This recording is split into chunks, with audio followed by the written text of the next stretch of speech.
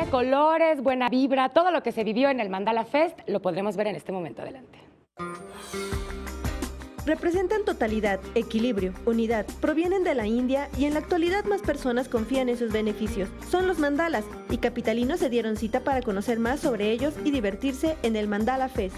Nació como una propuesta para que las personas pudieran venir a pintar, a pasar un rato agradable con la familia, experimentar un poquito esta filosofía de India, que es, mandala lo representan como la unidad del universo.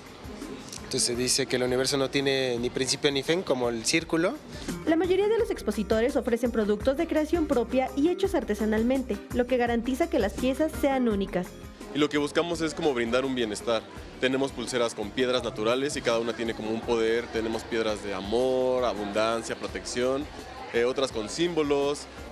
Todo lo que trabajamos con mandalas son diseñados por mí. Asistentes pudieron encontrar productos con temáticas de mandalas, comida, artesanía, talleres de pintura, productos de cuidado personal, entre otros. Están muy padres porque, bueno, de alguna manera es contactar con la energía del cosmos, es contactar con las diferentes tradiciones y, bueno, pues de alguna manera también sirve como para un paseo, ¿no?, familiar.